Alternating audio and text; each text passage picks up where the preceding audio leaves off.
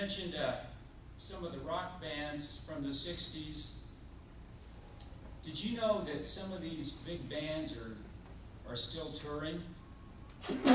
And some of these guys are in their 60s or 70s, and they get on stage, and some of them still have a lot of energy and perform great music, but some of them are what I call heritage acts. They're nostalgia acts, and believe me, I love nostalgia, and I love heritage. But the church, any church, should not just be a heritage act. It should be a living organism. And I think that's what this chapel is. A living, breathing, open-hearted, open-handed, open-minded experiment of faith. I'm almost done, Andrew. Hold on.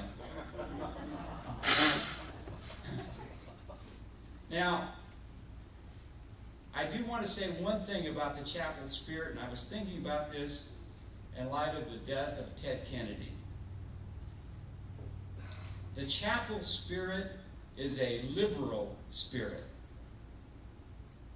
Ted Kennedy, who was the liberal lion of the Senate, and I know he was probably one of your favorite people, Tom. I know you agreed with every one of his talking points. But the fact is, I think it's unfortunate that the word liberal has taken such a negative turn. What does liberal mean?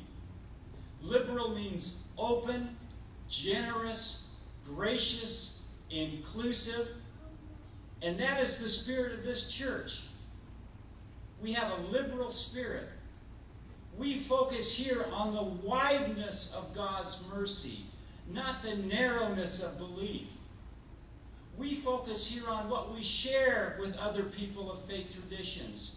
We focus on the oneness of God's truth, the oneness of humanity, and the oneness of spirit that we share as a congregation.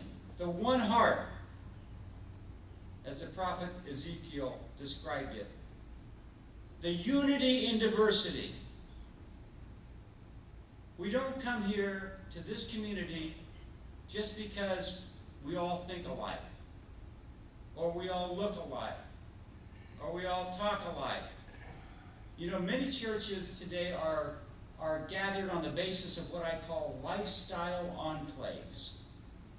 They are a group of people who are exactly the same demographic, the same social status, the same, not just geographical area, but the same preferences, the same beliefs, the same politics. I think that detracts from the rich vitality of the church. I think the unity in diversity that we have here is a very radical thing. I think the kind of love that we're trying to exercise in spite of our differences is a very radical thing. Now, we may not think of ourselves as a radical community. We don't live communally. I don't know anybody that wants to. We don't practice open marriage. Well, I don't think we do. But nevertheless, when you read our affirmation, it's a radical statement of love.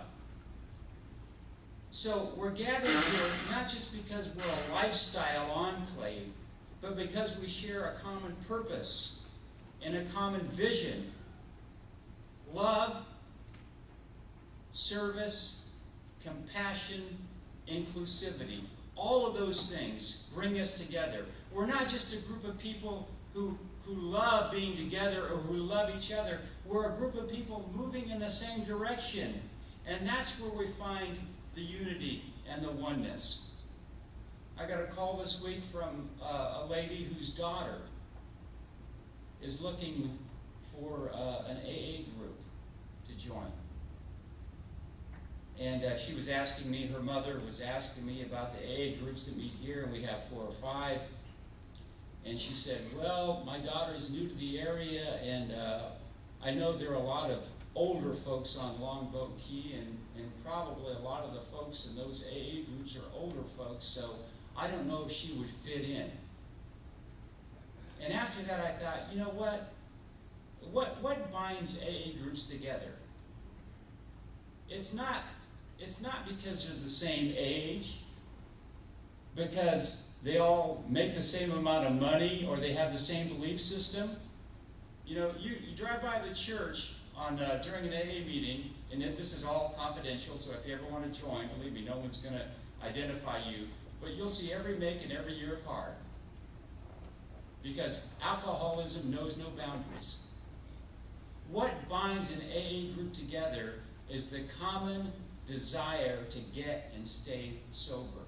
It's not about being in a social grouping of people that are just like you.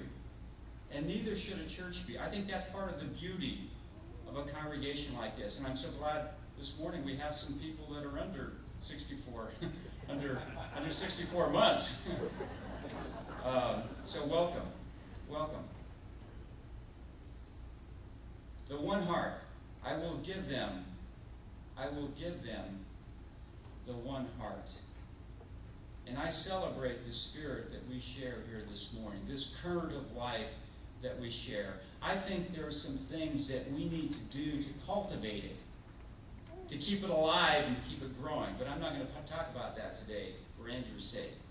We're going to say amen and let you go home. Thank you.